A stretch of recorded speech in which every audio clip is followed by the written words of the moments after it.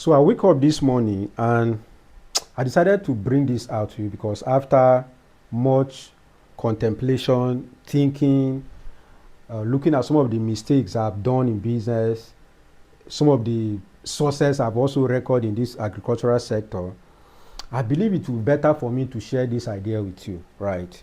So I just took my pad and I had a few ones here, but I'm just going to share two with you in this video. Now, one of the biggest mistakes I made in agriculture was starting without a mentor.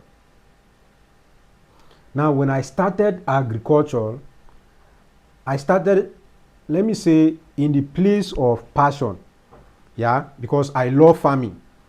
And because I'm from a farming state, I saw the idea as being very, very good for me. So I started. I was doing well. I had a little backyard poultry farm that I was doing. I was making money from the poultry. I had basically nothing to spend much money on. So the little money I was making there was okay for me. I could feed myself. I was not even feeding myself in the first place, still staying with my parents. So the money I need, maybe just buy clothes. So I was doing well.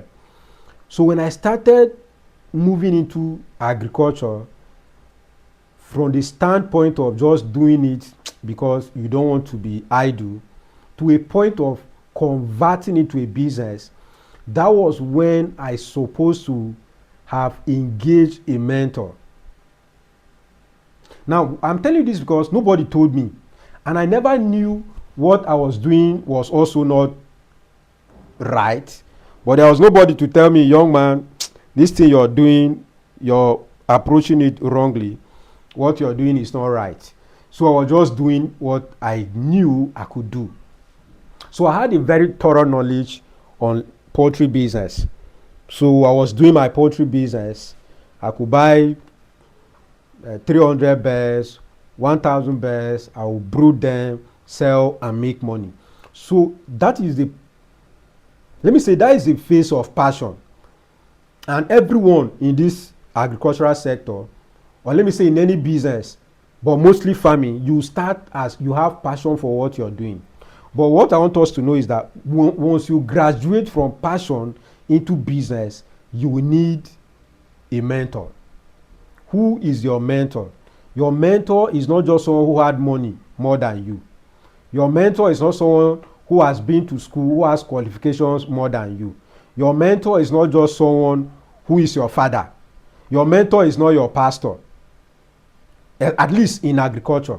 Your mentor is not the imam in your mosque. Your mentor is not just your elder sister that is abroad. Now, when we look at mentorship, many people make that mistake to believe that once you're older than me, you are my mentor.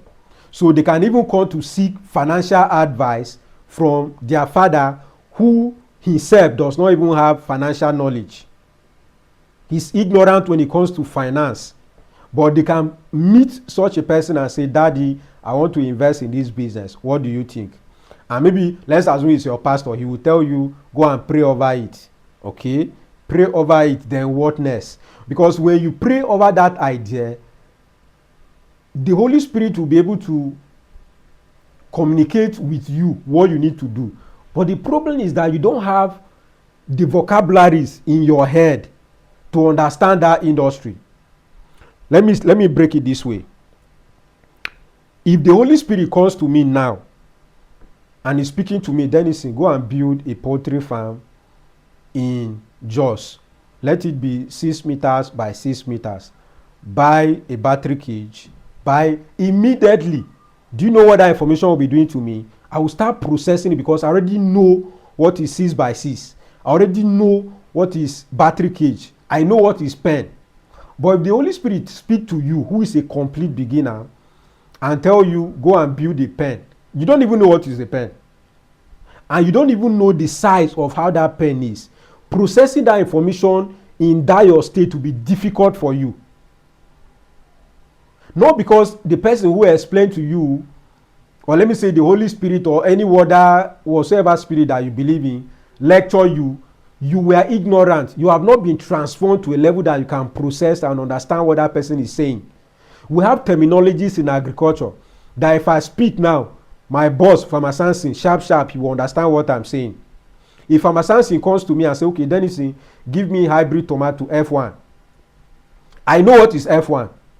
If he tells me, give me cucumber F2, I know what is called F2. You who is watching this video now, if I don't explain to you what is F1, you don't know it.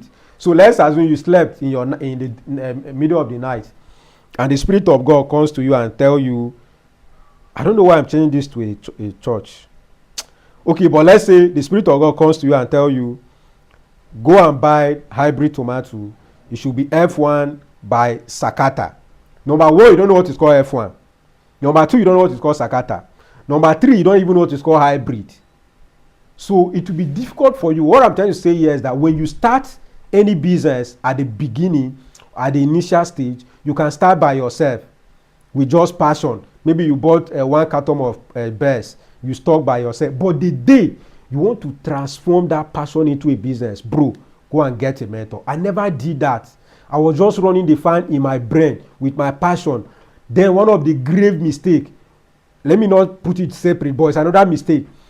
When I wanted to do it as a business, it therefore means I will need other people's money to run that business.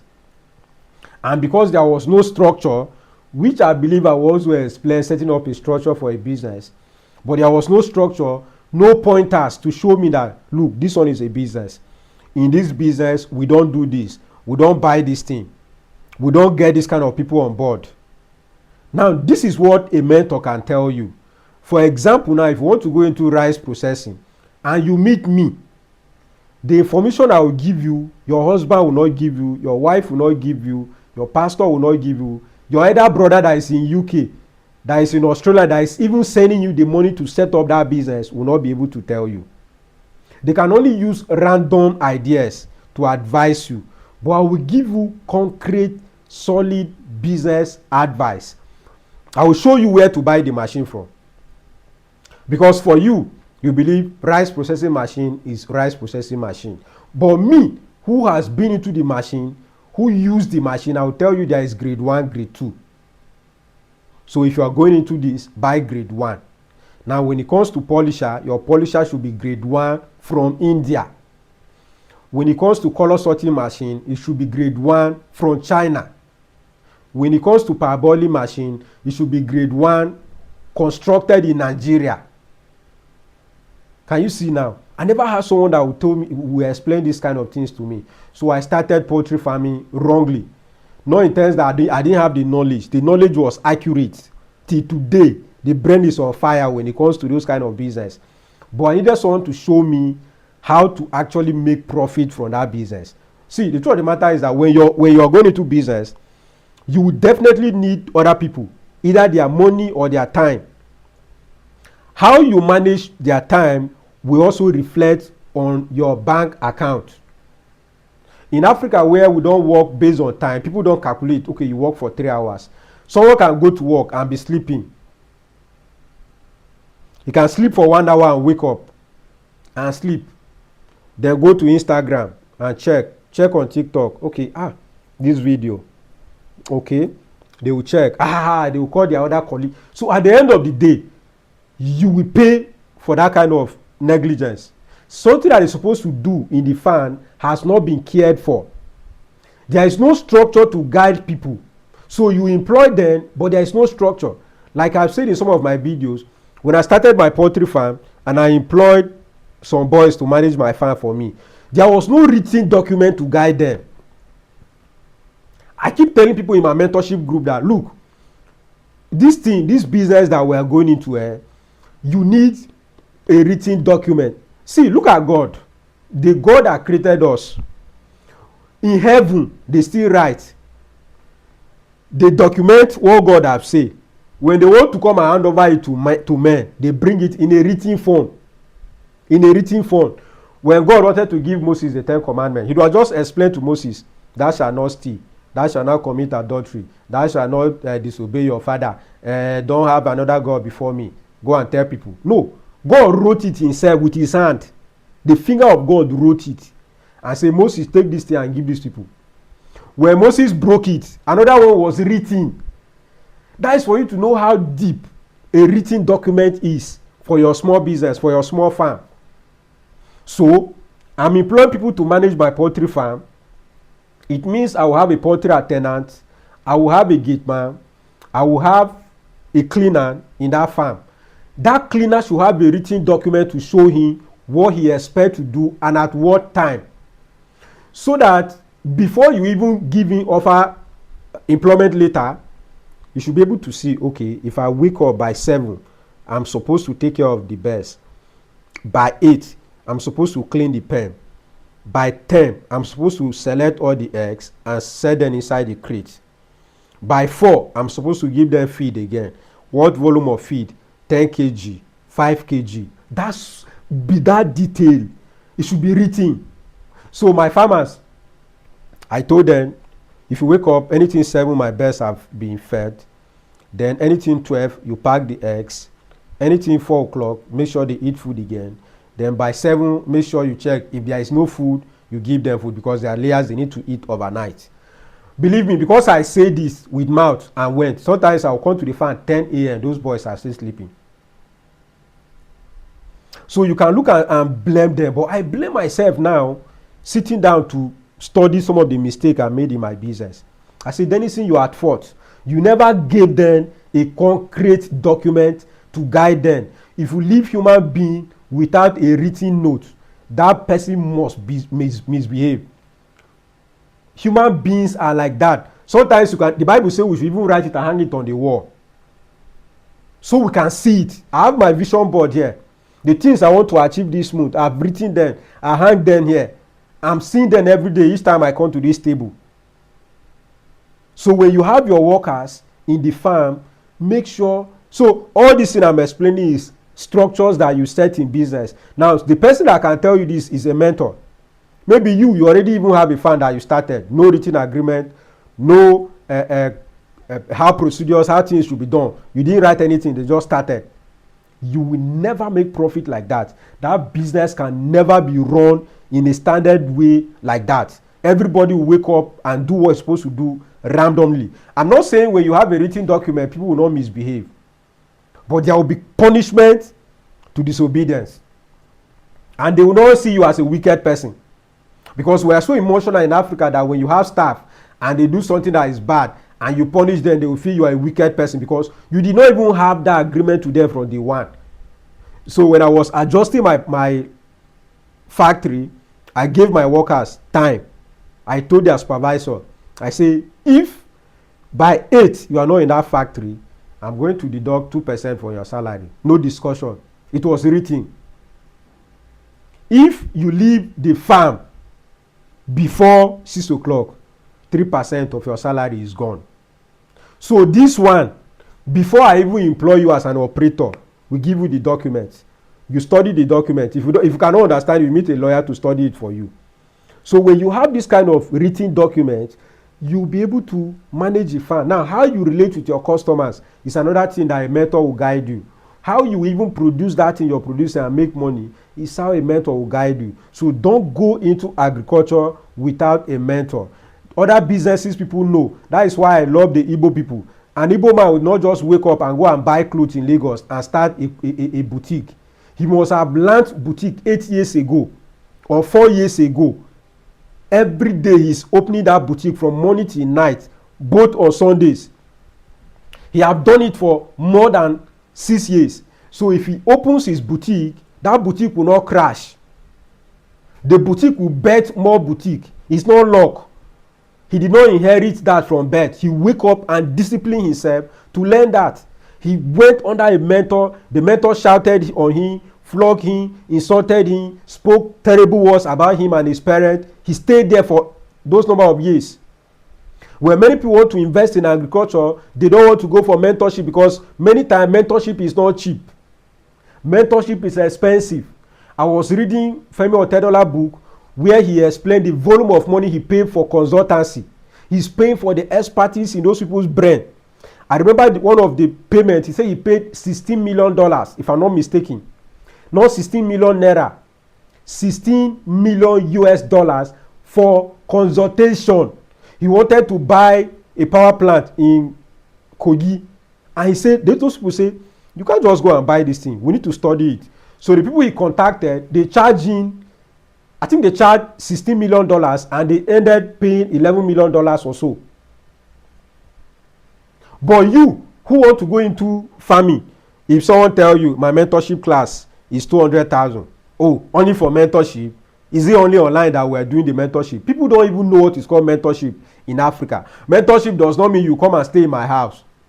The knowledge, the information I'm going to give you, the people that set up Femi Otedola paid, they were not in his house sweeping his house. So they just did their own research, came with the document and hand over to him. This is how to approach this business. This is how you are going to buy this power plant. This is what you do after payment. These are the kind of experts you need to manage this farm. And they went back to their country. So don't jump into agriculture without a mentor. I'm not saying you should come and sign up for my mentorship class, because some people say because he's doing mentorship, he wants us to come and pay. No, I will not be able to mentor you in everything agriculture. I have what I know. When you come to me to say, okay, you want to go into fish farming, I know who will mentor you. I'll just tell you, my friend Tiki Farm is the expert in fish. Go and subscribe to his mentorship if he does. If you tell me I want to go into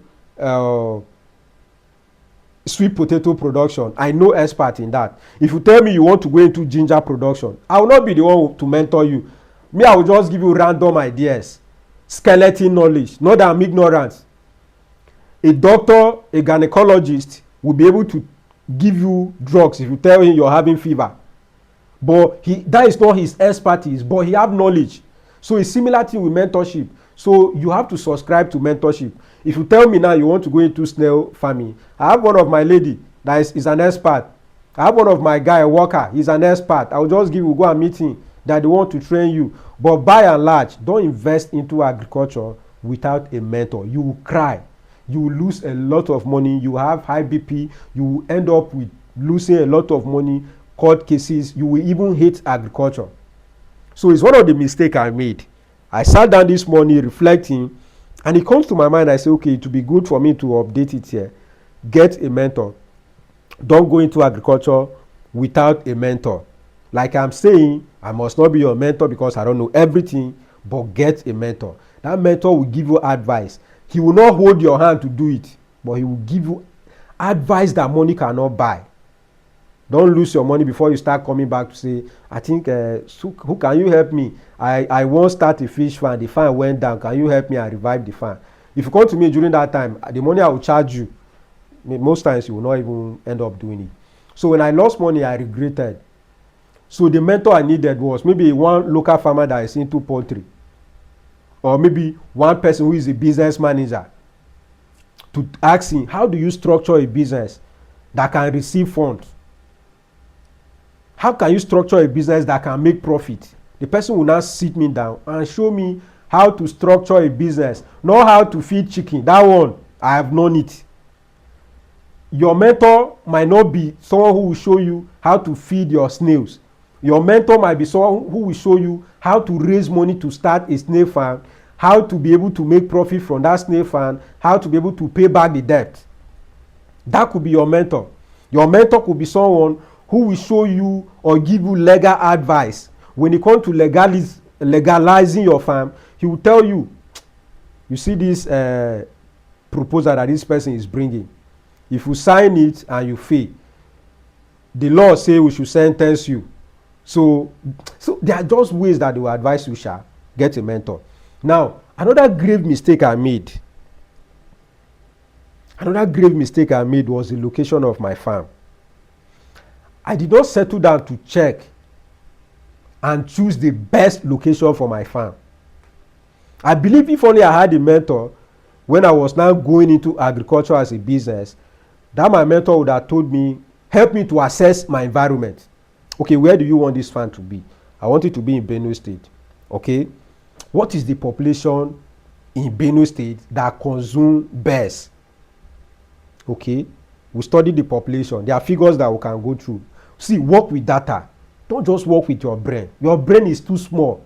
Many times you make mistakes because your brain will process the information after you have failed.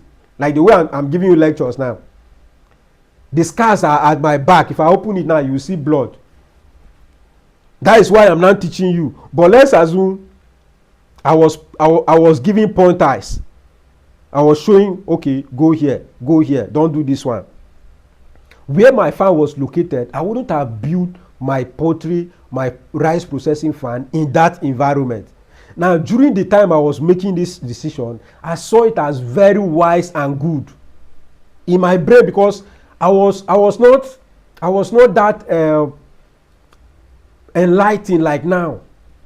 So I saw that where this farm is in Benue State. Yes, we're agricultural state. So building my rice processing farm and doing all those things in Benue State is profitable, but it was not. I'm not saying setting up a rice processing plant in Benue State is bad, but for me, I wouldn't have done it. I would have gone for the best state in Nigeria that produces the largest volume of rice, zero emotions. So let's assume my factory would have been in Kebbi State or Kano, not Benue State. Not that Benue State don't produce rice, but at what volume? Are they producing rice more than Kebbi State? No. Are they producing rice more than Kano State? No. How about my poultry farm? Which state in Nigeria is best for poultry? Not just good, best for poultry. The best farm, or let me say the best state when it comes to poultry farm is Jos, Plateau State, or Ibadan. These are states where if you set up your poultry farm there, it will do well. I'm not saying if you set up your poultry farm in Enugu, you will not make money. I'm just giving you one expert advice that many people are scared of telling you. Look at our billionaire man, the richest black man in the world, the richest man in Africa, Aliko Dangote, where he wanted to build the oil refinery. He said it himself. The video is on YouTube. He said he wanted that place to be in Port Harcourt. But when he went there, the then governor, they had misunderstanding. There was so much crisis. They didn't accept him to buy the land he needed. Then he went back to Lagos. Lagos was the alternative. Lagos was the good place. But the best place was Port Harcourt. So for me, setting up a rice processing factory in Benue State was good. But the best place was in Kebbi State or Kano. I know this now. So if you want to go into farming, it's the mistake that I made. You can look at your place. It might not be that your entire state, but maybe your local government is not the best for it. So okay, you want to build a garri processing factory. Then your local government, they don't produce enough cassava. Don't use emotion and say, okay, let me just build it here. I'll go and buy from that place and bring it here. Go and build that factory there. Except you're doing it just like you want to empower your people. Now, believe me, I was doing it to make money. And again, I collected money from people self to do that business. So I was not supposed to even use emotion at all. Strictly profit. It's not me that will develop my state. It's the governor's responsibility to do that. And even the governor, when they steal our money, they go to a state or a country that is best for real estate and buy properties there. They don't say, we are the one that will develop this north. North is not developed, so let's build a big plaza in north. No, they go to Dubai and buy hotels. Because that is the place where hotel sells. So I made that mistake and I said, okay, let me share it with you. These two mistakes I made, don't make them if you're a beginner, if you want to invest in agriculture. Don't make this mistake. Number one, like I say, get a solid mentor. It might not even be one mentor, plenty. But just get people who are ahead of you in that line of business to guide you.